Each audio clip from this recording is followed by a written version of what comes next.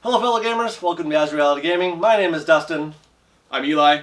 And we are going to revisit 1994, one of the best years of our lives. 1994. Woo! All right.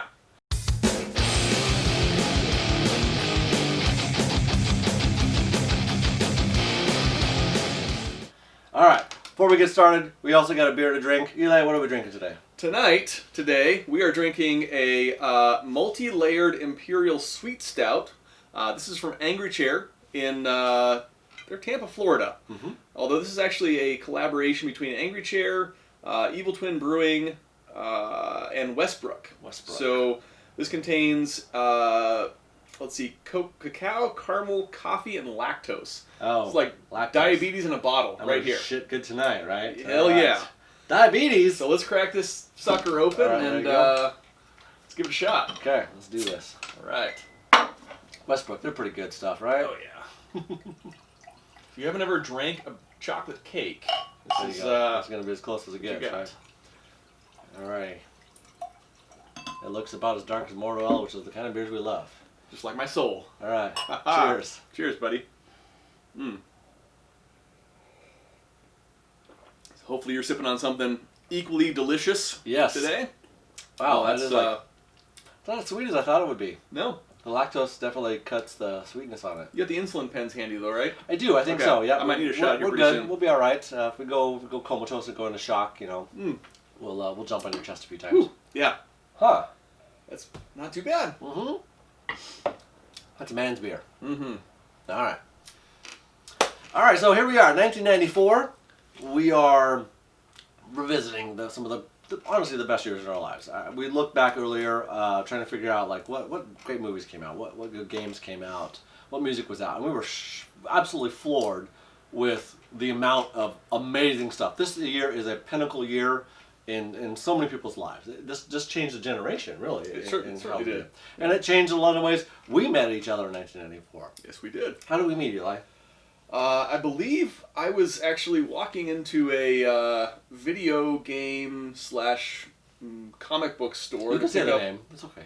Vidionics. That's right. All right. I was there to buy. I think it was number 2 Beavis and Butthead comic book. Oh man, Beavis and Butthead comic book. They didn't ask for like back then. They wanted ID to buy Beavis and Butthead comic books. You had to be 18 or have parental consent to buy a freaking comic book. And how old were you at that time? I was 14 that year. Right. So I go rolling in looking to buy a couple of comic books, and lo and behold, this guy comes rolling in the corner and says, "Hey, save your money. There's this new thing. It's called Magic the Gathering." I thought, all right, witchcraft. I'm gonna Witchcraft crank up some spells and like burn some people's souls. Let's do this. And so we were just chit-chatting in the store there, and of course, like any good drug dealer, Dustin says, "Hey, come to my car. I got some good shit in the trunk, and I'll get you taken care of." So, we bought a couple booster packs of the Legends. So, pretty good set that came out that year. Yeah, the summer that year. Went out and Dustin pops the trunk in his, what was that, a 93 Mustang? 1994 Mustang LX. Mustang LX. Pops the trunk, he's got just boxes of cards and shit. He's like, "Hey, I had a mobile magic store. I had a mobile magic store. Mobile magic store. Yep. What you got, what you need, I got you fixed right here." Yeah. And, so we just... got into the magic and started. Love at first sight after that, right? You got it. Started buying cards. Yeah. That was a pretty good year. It was a good overall year. For Magic in particular. So I mean, this is not a huge Magic channel. For those Magic the Gathering fans out there, we've got a lot of them, I'm sure. That was the year that big legendary sets came out, right? We got Antiquities released earlier in the year, Legends in the summer, Dark in the fall, and we had the greatest ones of all, which we all know, Fallen Empires, in I think it was in December or November of that year. Yeah, that's right. That year, I actually opened up my first Magic the Gathering card store, comic books, and other collectibles. It was in the back of the Bookworm, if I recall. The Bookworm on 4th Avenue there in Coeur Coeur d'Alene, d'Alene. Idaho. Yep. So, opened up a small bookstore, rented out of the back room of a used bookstore for $10 a day is what I paid in rent. I only rented, I think, 2 or 4 days a week, something like that. And met a bunch of these friends that I still have today, and a lot of them still watch this channel. You know who you are out there. And made awesome memories from that point. Ran the store for many, many years. And closed it up and tried to get a real job later on. Yeah, that's right. I should have stayed into it because now these things are ridiculously expensive. What was that song? They started off by saying, Meanwhile, behind the facade of this innocent-looking bookstore, That's right. That was the White Zombie song. White Zombie. Yeah. Meanwhile, behind the facade of this innocent-looking bookstore. Oh, That was me, by the way. That was my theme song. Yep. We started off, I think, I was a mobile Magic the Gathering drug car store, in a sense. And Minus the drugs, of yeah. course. And I went around and went to my competition and stood outside the parking lot and scalped other customers off because that's what a good drug person does. And I was looking back. I was digging through my parents' old house and found some notes I took. Back in those days, I kept track of every sale that I did. What I bought it for, what I sold it for a whole year. From AOL, that's where we did a lot of our Magic deals back then. You could buy stuff for. You buy like a card for $25 and I'd sell it here for $45. Or I'd buy a card here for $25 and sell it on AOL for $45. Hey, you know what? You've got mail. I've got mail. That's right. Darn right I do. And I got lots of mail because I was doing lots of deals on AOL back in those days. If you guys know the Troll and Toad company down in the Florida area, I was one of their very first people that sold them cards back in the day. They don't even know who I am, but I was the first person. They just created their store, and they were doing baseball cards back then, actually. So they just got into Magic. I had sold them a bunch of stuff on AOL. You're welcome very much, because now they're worth millions and millions of dollars. But I was looking at my list here, so I've got some receipts from 1994, via 1994. And some of these cards today, are absolutely ridiculously expensive. I've got an unlimited Mox Pearl and 2 Badlands I sold for $25.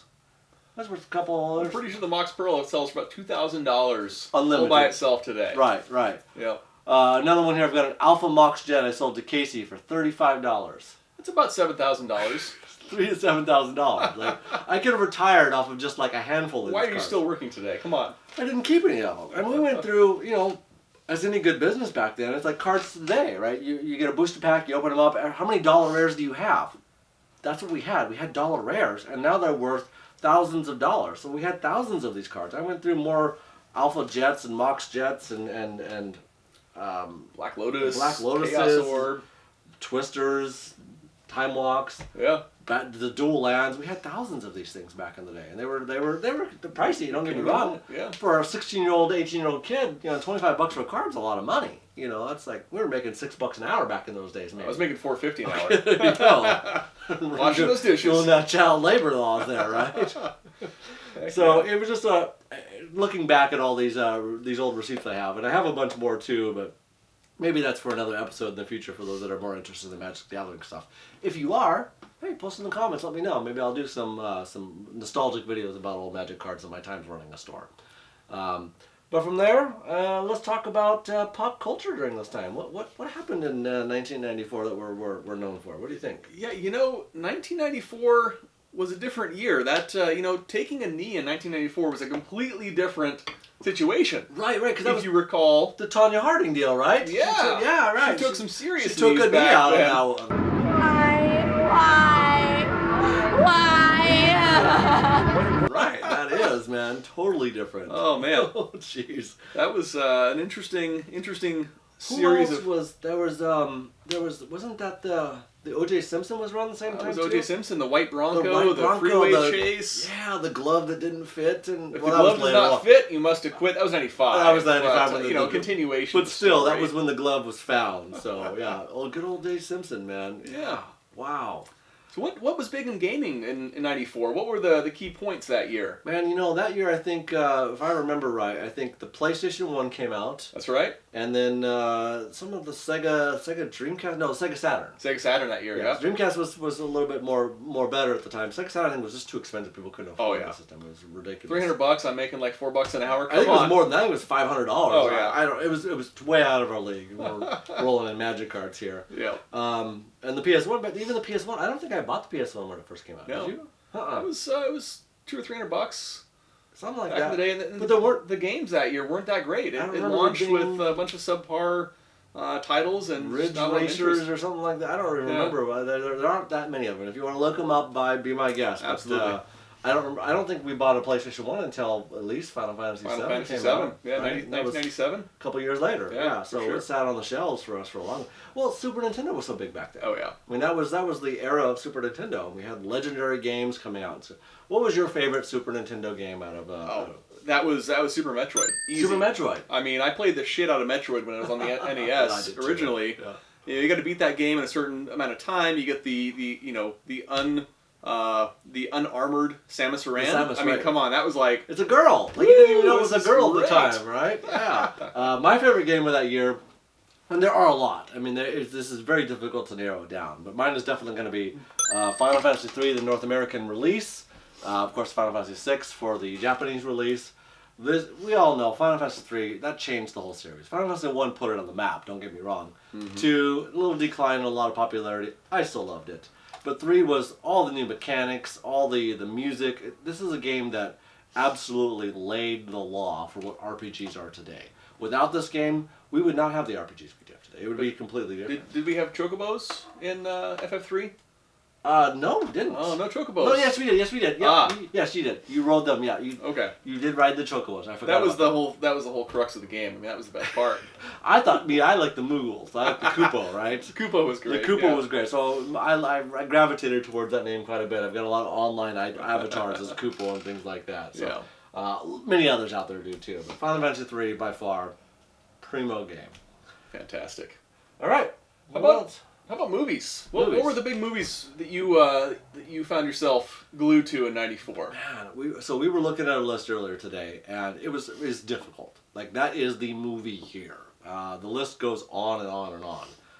Shawshank Redemption, Pulp Fiction, Forrest Gump, Stargate, Star Trek Generation. Help me out here. Mask, Dumb and Dumber. Carrey, Dumb and Dumber. Ace. Hey, do you want to hear the most annoying sound in the world? Please no. Hey, want to hear the most annoying sound in the world? Okay, we'll keep going. That's a great line, though, right? I mean, there were so many quotable lines. I mean, everywhere I would go, I was running from Forrest Gump. The list is absolutely amazing, and it was really difficult to pick a movie. But I would say that in my sci-fi and heart, I should pick Star Trek. I should pick Stargate, because those are without those movies, we wouldn't have Star Trek today. We had the original Star Trek movies, and not the Generation came out. We had all the other ones. We wouldn't have Deep Space Nine without that movie. We wouldn't have Voyager or any of the other new series we have today, and the ones that we don't like and we can bitch about. But even as hard as it is not to pick a science fiction movie, my favorite one is going to be Shawshank Redemption. Get busy living. You get busy dying. And everybody says, oh yeah, of course, that's the best movie out there. But the only reason why I picked that one over anything else is that's the one movie that can always be on TV. Like on TNT, randomly just walk by in a bar, it's on TV on the top corner, and I stop and I get sucked in. I can't stop watching. I've seen this movie 1,000 times, and I can't turn away from it. Yeah. It just sucks you in, and it just keeps you engaged. That movie's an awesome movie. Not a lot of great quotes in the movie, not like Pulp Fiction or Forrest Gump, but it was just such a good... It just sucked you in so well. Yeah. How about you? What was your favorite movie? Oh, I gotta go with Generations. Oh, shit. Yeah, I mean, okay. being a young Star Trek fan, having just gone through the original Star Trek movie series, Right. and I watched TNG every day after school. I would rush home. I rode the bus 35 minutes. I had to walk 1.5 miles to get home after the bus stop. And I would haul ass to get home by 4 o'clock to watch TNG after school every day. Those were legendary days, man. And when Generations came out, I was blown away. I thought, I'm so stoked. I love this. Oh, yeah. And then here comes Captain Kirk in a freaking TNG movie. Right. Like, wait, whoa, what's going on here? We got this whole right. multi-dimensional Star Trek show going on He here. was sucked into that, and ribbon. I was sold. Yeah, they got sucked into the ribbon, and Yep. and that was it for me. And I was counting down the days until like, what are they gonna do next? What's the next Star Trek movie they're gonna make?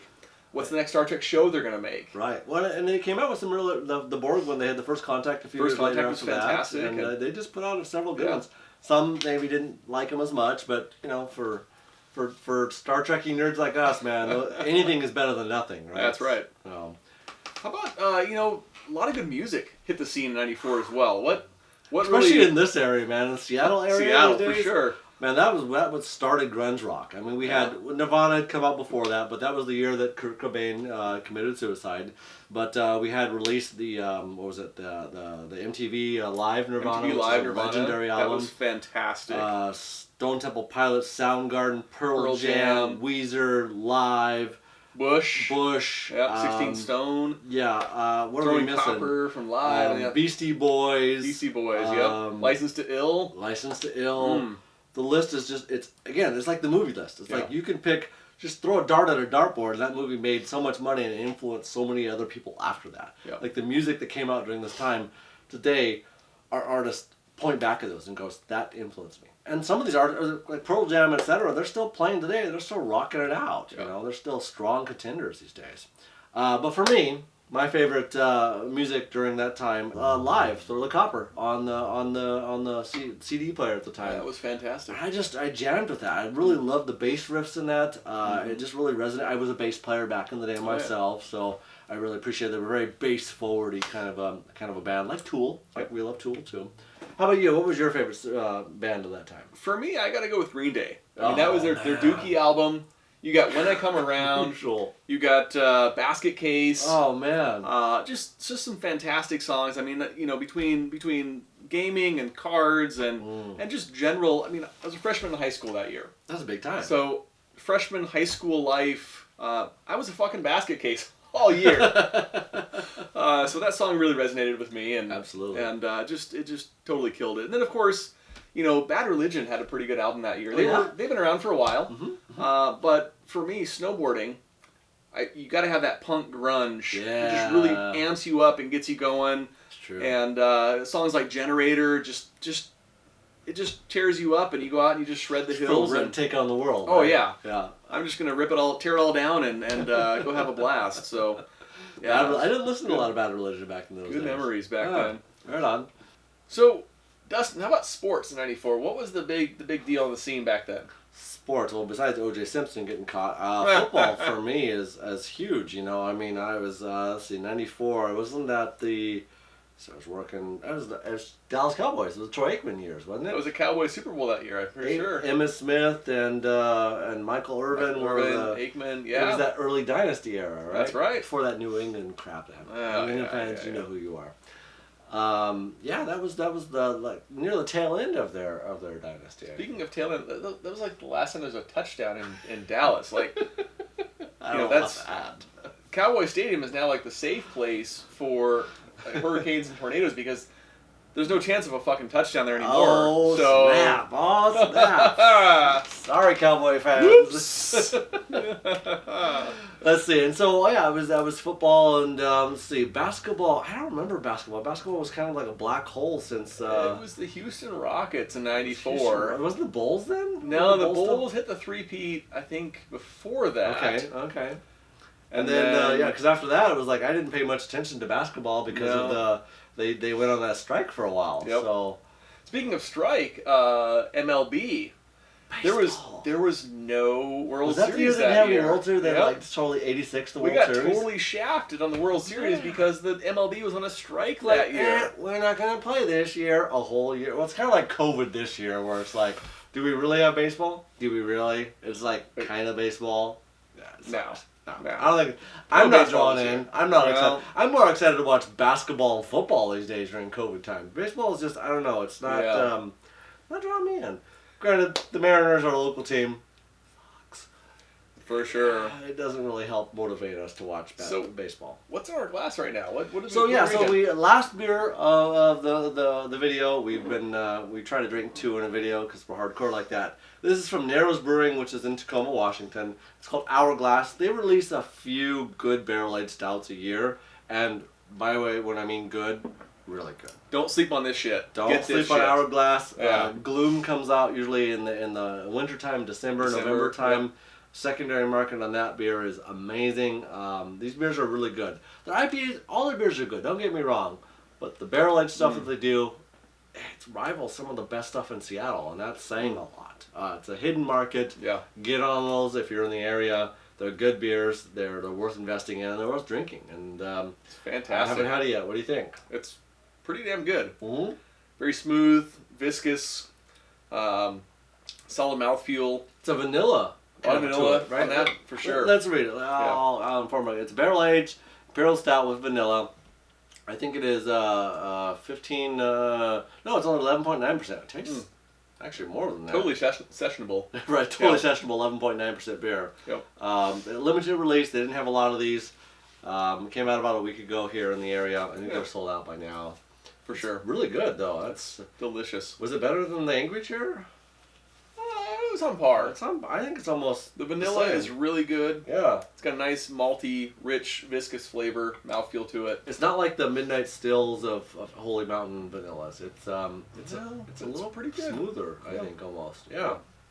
I enjoy this. This is great. I'm beer. loving it. Yeah, me too. All right, well, before we get too drunk and can't remember to say our closing lines, I want to thank everybody for hanging out, specifically some of our old Magic players that we used to be a part of, our community, our original group, the Roy Johnsons, the Lavoie brothers, the Dan Gullies, the Chato Urbans. Who am I missing? Am I missing Jerry Powell's? Jerry Powell, yep. The Spokane guys who came later, the Rishis, the Frog Hats, those groups. You know who you are, and the ones that I can't remember because I remember you in my brain. I can see you in my imagination and my brain, but I can't remember your names to save the life of me. You know who you are. I'm getting old. I can't remember names. It happens. You know, we all get old. But everybody that contributed to that community in the early days, fond memories in my heart. Eli, I'm sure you have fond memories of all these people Absolutely. too. For sure. We appreciate you. A lot of you guys are still watching my videos today from Facebook friends that were still there. I appreciate you guys. Please be sure to like, share, subscribe, hit that notification bell for future notifications when we are doing uploads. And I'm in it to win it with these videos. So I'm going to keep producing these, keep making strong videos for you guys. So keep hanging out. Post in the comments anything that you thought about these wonderful times of 1994. What was your favorite movie, video games, magic moments? And just let us know how you feel. Yeah. And until then, we'll see you guys next time. Cheers. Cheers.